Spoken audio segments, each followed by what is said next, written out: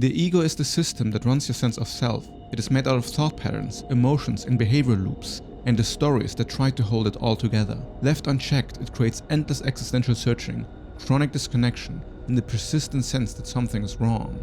The goal of my videos is clarity, to see your identity and its contradictions for what they are, named precisely, to finally understand what it is that we're all running away from.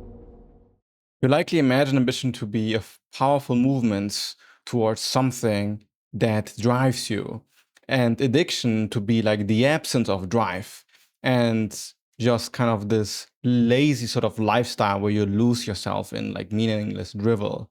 Like you might feel like you're not driven enough to do what it takes to become the version that you want to become. But this is not really how it works. In truth, addiction is also a form of enormous presence. That's why when you're addicted to weed, for example, then the drive towards weed isn't actually laziness at all. It is a highly motivated state. The issue is not that people are not motivated enough, it's that they are driven to the wrong things. They're addicted to the wrong things. Or any addiction at all, for that matter, is kind of wrong in the sense that it loses the long-term horizon for the short-term focus. The difference is not really the amount of the drive. It is just that you kind of sacrifice the short-term for the you sacrifice the long-term for the short-term vision. Ambition distributes your desire across months and years, and addiction compresses the desire into like a sequence of tiny futures, like to almost kind of minutes, and you then just seek always this like immediate sense of satisfaction, which is then the next round of the video game, or the next high, or the next purchase, or whatever it is that you seek. And you kind of lose the horizon of how long your life actually takes. And existentially, this kind of feels like that you do not want to live in the future, and that the future is actually a threat to your identity, especially if you have all these narratives in your head that tell you that the future should be different and that you need to change in order to be okay. Addiction is really ambition with no future. And it is kind of like pretending that the future doesn't exist. It's denial about the consequences that inevitably will face you. So addiction is actually a mode of high motion, and spiritually it might even seem like a position of high presence. It is just that there's a sort of lack of awareness towards the consequences that pile up. And this goes very, very into the details of your day-to-day life. Like if you wake up in the morning and the first thing you do is to grab your phone, then you're recalibrating your entire psychological makeup for the rest of the day. And in a meaningful way, your entire day is different now. And this sounds very dramatic, but think about the ripple effects any decision you take. Like just by clicking on this video here, you have inevitably changed everything about everything. Like your entire future is now different because the world in which you wasn't, like where you weren't here, now isn't the possibility anymore. So you kind of attributed this time slot of your life to listening to my voice and what I have to say and letting it influence your day. Now, it can also oftentimes feel like that nothing that you do really does influence you, that you kind of are stuck in the loops and these loops keep repeating and you watch YouTube videos every day anyway and nothing really changes. And in a way, everything is being maintained. So it's not really that things are changing, but you're still recreating the loop that is keeping you in the same life circumstances. So in a way, it is a sort of temporal capture of the ego, where the ego feels identified with whatever is immediately in front of them.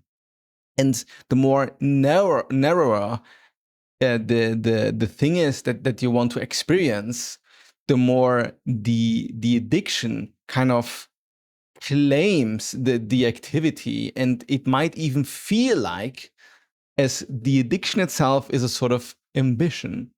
Like there becomes a weird collapse of some sort of kind of future narrative, and then it feels like that the struggle of whatever pattern you're stuck in is kind of meaningful. And then you can see this. People romanticize whatever they're addicted to, and they romanticize their pattern. And it is usually not something that people actually like to contemplate that much. Especially in these like spiritual circles, people want to kind of avoid looking at the depth of their own patterns. And psychologically, all spiritual work is really looking at your own patterns and how do they interact with your day-to-day life. So the architecture of your compulsions are really where you can find your own ego most clearly. It is the motivational force of your own, identity that rewards you for the activities that you do. And it does so automatically in most cases if you're not conscious to find what is driving this sort of reaction. An addiction can give you the feeling of becoming something. And even though you might be deteriorating, it still feels like you're some sort of kind of character in a play, and you're playing with your own drama in a sense of being kind of like this victim of your own vices.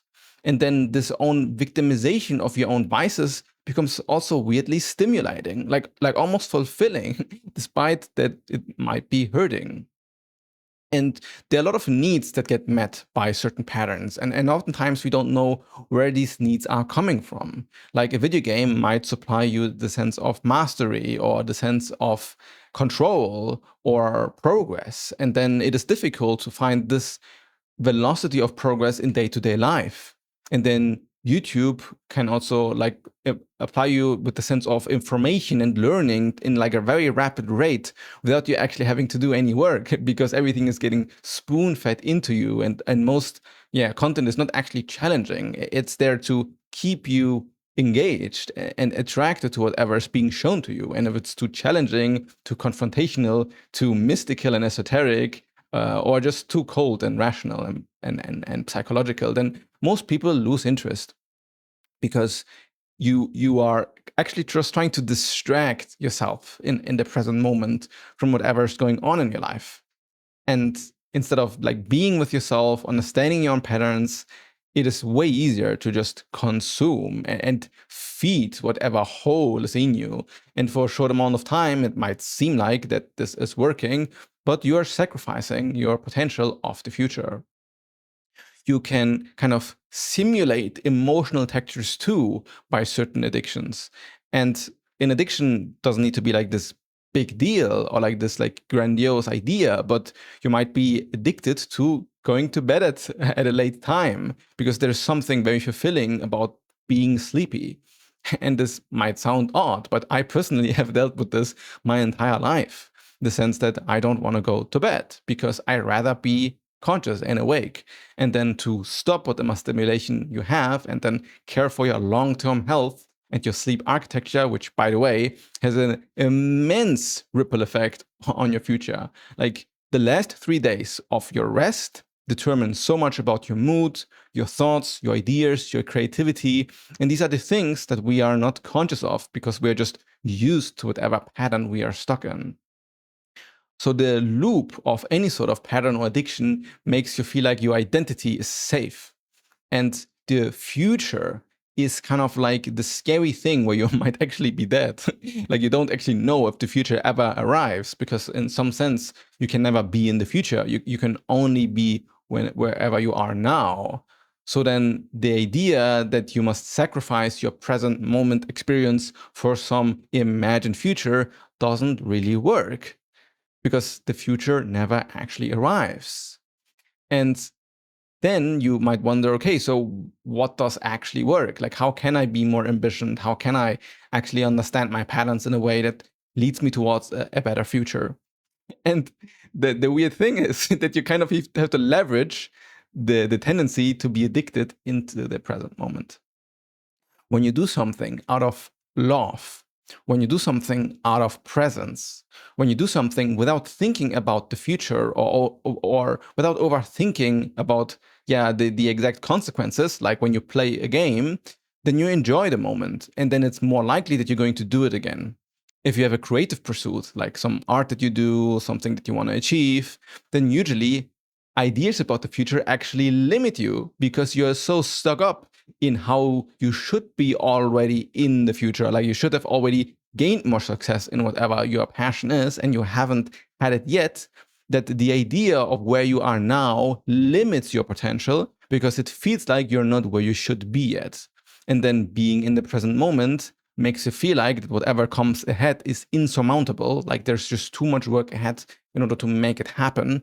And then you kind of lose yourself in a sort of shell that limits what you can express in the moment. And this is exactly the mechanism that the addicted subconscious part of you kind of avoids, because when you just engage or consume in something, you have a very easy way to eliminate all these patterns that make you feel like the future is like this huge workload and this big scary event that you can never really fulfill. So the addicted subconscious has absolutely no regard for the future and just he sees the body as an instrument to immediate pleasure. And then this immediate pleasure makes it so that the future becomes absolutely irrelevant. And in this irrelevancy, you can kind of disconnect from your ego identity that doesn't feel good enough.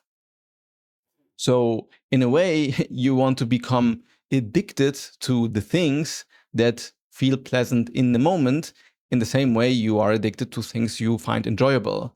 And what is very paradoxical, and what you'll find with time, is that a lot of things that you want to do that would lead you into a better future have the same quality of experience as the things that you're addicted to.